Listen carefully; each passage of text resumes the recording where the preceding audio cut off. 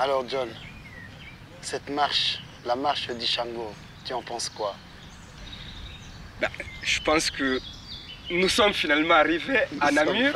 Nous sommes arrivés à Namur. Et nous sommes partis hier, je pense, de Bruxelles. De Bruxelles, exactement. Et nous sommes arrivés hier à Louvain-la-Neuve. Et ce matin, nous sommes repartis et finalement, nous sommes arrivés à Namur. Exactement. Combien de kilomètres? Ben, je pense qu'hier, on en a fait 25 plus 32. Donc, ça fait... 57. 58. Non, 57, non, 57. Oui, 57, 57 km. Tout à fait. Alors donc la marche d'Ishango, c'est un peu une marche initiatique, si je puis dire, un peu comme la marche Saint-Jacques-de-Compostelle. Marche d'Ishango qui se partage en 3 étapes. D'abord, la première étape, c'est la conscientisation par rapport à l'artefact du bâton d'Ishango, qui est l'origine des mathématiques, qui a été découvert dans la région d'Ishango. Puis après, il y a eu tout ce parcours, en passant par Louvain-la-Neuve, où là, tu as fait part de ton expérience en tant que, on peut dire, vraiment marcheur professionnel, puisque ça fait depuis 2010 que tu organises des marches dans le monde entier, mais particulièrement en Europe, surtout en Italie.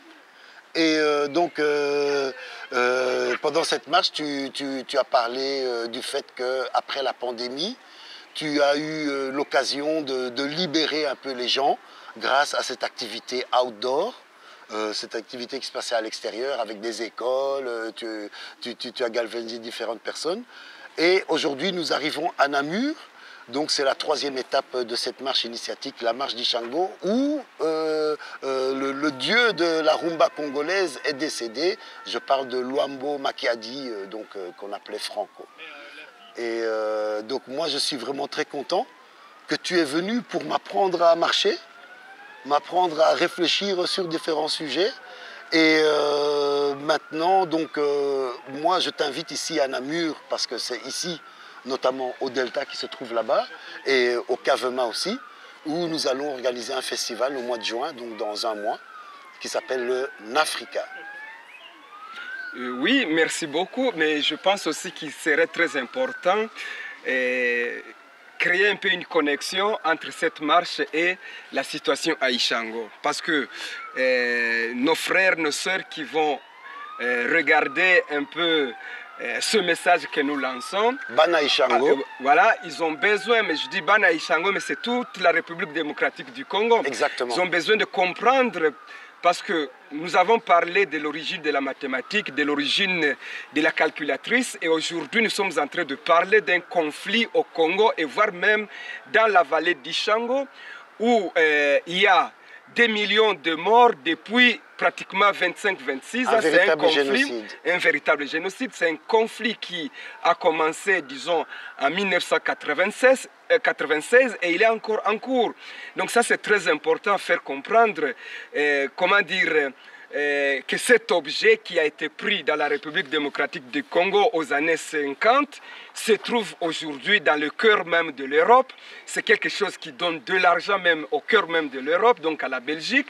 Et surtout, rappeler que d'abord, nos aïeux ont, ont initié même la mathématique, donc la manière de calculer. Et les nombres premiers. Mais malheureusement, on se retrouve 20 000 ans après, parce que cet objet a été daté 20 000 avant Christ, et 20 000 ans après, nous nous retrouvons à pleurer nos sœurs, à pleurer nos frères.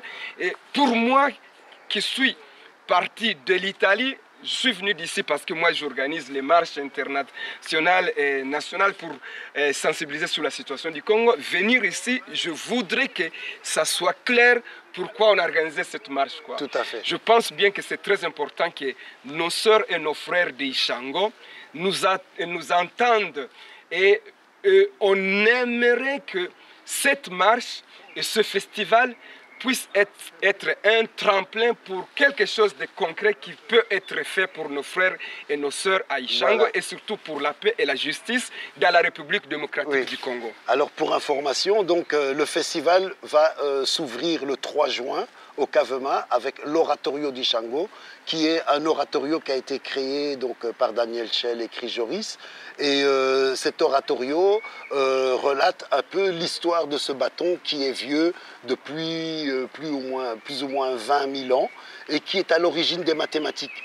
Le deuxième jour du festival, ce sera un jour qui sera consacré à la communauté des Rastas et notamment à la réflexion des artistes sur la période pandémique. En fait, qu'est-ce que les artistes ont fait pendant tout ce temps, ces années où la culture était non essentielle. Et puis le troisième jour, ça va être l'apothéose, donc c'est la rumba congolaise qui va être célébrée, la rumba congolaise qui est rentrée au patrimoine immatériel de l'humanité de l'UNESCO.